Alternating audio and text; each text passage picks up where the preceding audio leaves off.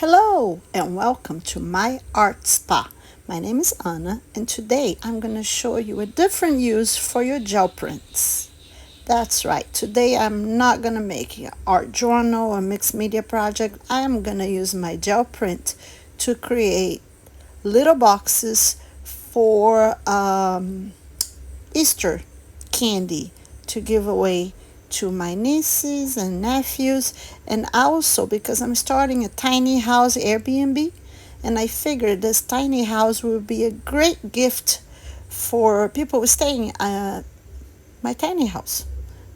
But don't worry, if you don't have a silhouette, and you don't have a Cricut, and you don't have a die cutting machine with a file for a tiny house, I'm going to show you here a very simple way to make your own tiny house without any machine. All you're going to need is a scoring board and your gel prints. And also make sure to print on a thicker cardstock. It doesn't have to be super thick, but just regular print paper might not have the body to sustain the box shape and to actually carry the candy.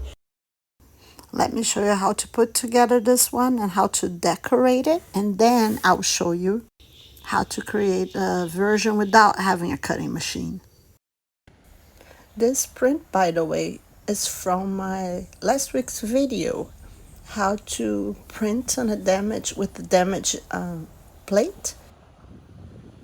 I just use thicker paper because we tend to use print paper with our gel plates, but you don't have to. In this way, you're not limited to 2D projects. You can do 3D projects as well.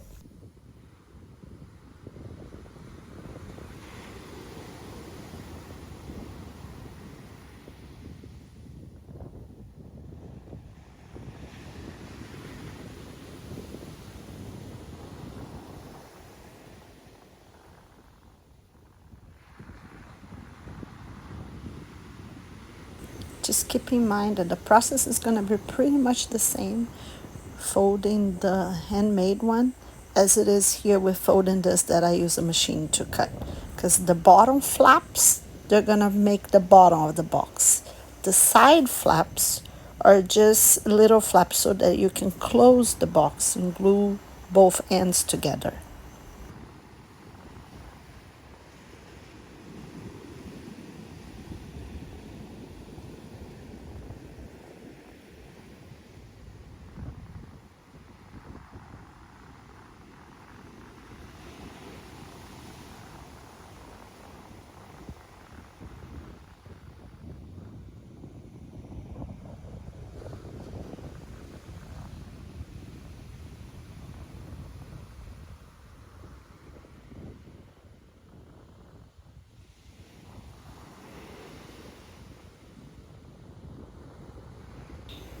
Before putting the box together is a 3D object. Try gluing all the flat pieces. In this case, I'm doing the windows and doors, and I will be also decorating with little flowers. You can do anything you want, really. And the process will be the exact same process with the handmade one. Well, you know what I mean. Not that this one is not handmade.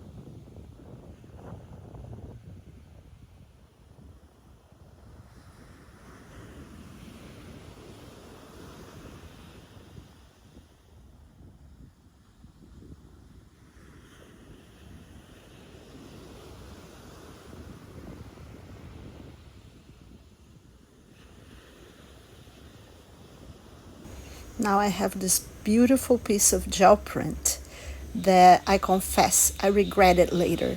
I should have used it for the roof of the tiny house. However, I start cutting to make little flowers to decorate. It's fine, but it would have looked amazing as a roof for the tiny house. Now I'm using a different punch to cut a little green flower, which I'm gonna then cut into smaller pieces to make the leaves to decorate the flowers. Very important to look at your tools with different eyes and think outside the box. Flowers can turn into leaves, and different things can turn into other things. You just have to cut a little, glue other parts, just be creative.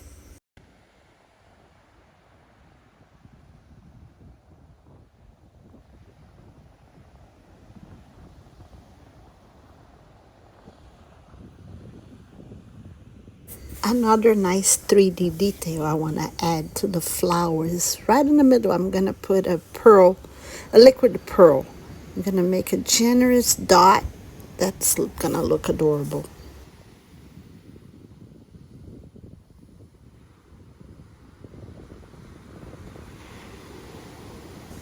This is what it's going to look like when it's all ready to be sealed shut. However, right now I'm not sealing it because I don't have the candy to go inside.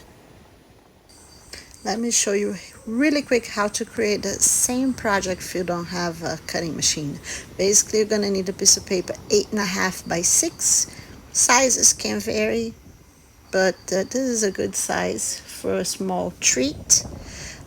This is a old-fashioned 2468 box. If you already know this, you can skip this because this is simple. The name is already the explanation how to create the box. You're going to score your paper on the 8.5 size side at 2, 4, 6, and 8. And then you're going to flip your page, and on the 6-inch size side, you're going to score at 2, and then again at 4.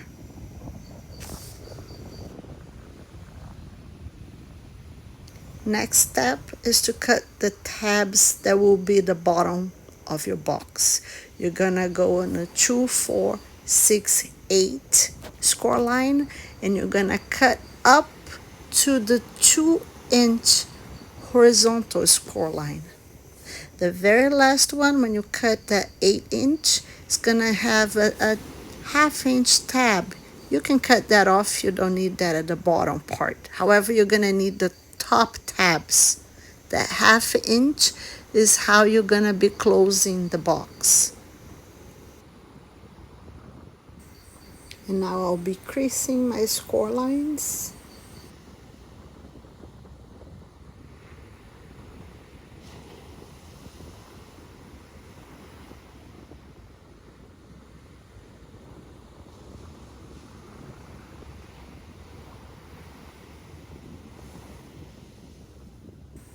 Folding to make sure everything's right, everything's fitting together.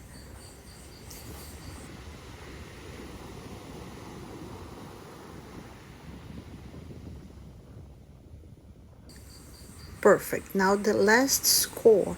You need to score 2 of the squares on the top for the roof, an angle to create a triangle. So there I'm scoring the 2 inches to make the roof part of the box, and then the second and the fourth squares, I'm gonna find the middle and then connect the middle to the edges of the squares.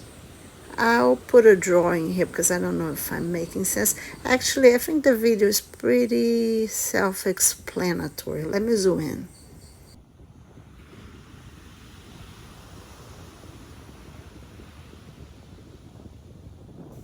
It looks funny because I'm using my scoreboard as a ruler here. I found the 1 inch on the top of the square. I found the middle, which is 1 inch, and I'm connecting to the bottom of the first horizontal score line at 2 inches. So if you refer back to the drawing, you're going to understand how I'm making little triangles.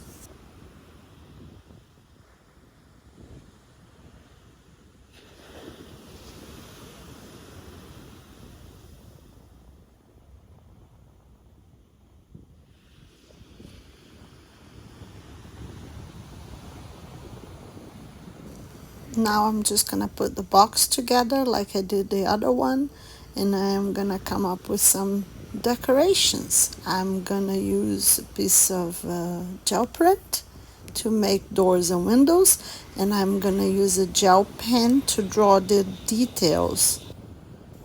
Let me show you the final results. Here they are, all decorated and cute. I finally managed to use that pretty gel print as a roof. It does have a little flower there, but I think it looks cute. And I use a paper clip with the charm hanging there, also to close the box. This one, you can glue shut. If you glue the roof, the house will remain shut and it will have to tear the paper to open. This one, I glue one side of the roof, and the other side I just use my paperclip charm to keep it shut. This way you don't have to rip the house in order to get to the goodies inside. And the final one, see, this is really easy to make. You can just use a decorated paper clip if you don't have a charm like that one.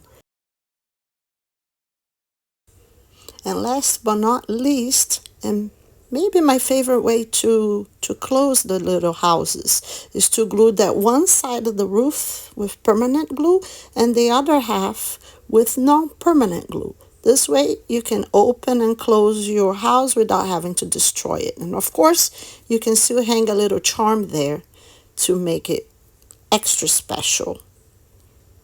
So I hope I inspire you to create something beautiful. I hope you enjoyed this video. Thank you so much for watching, and I'll see you again next week. Bye.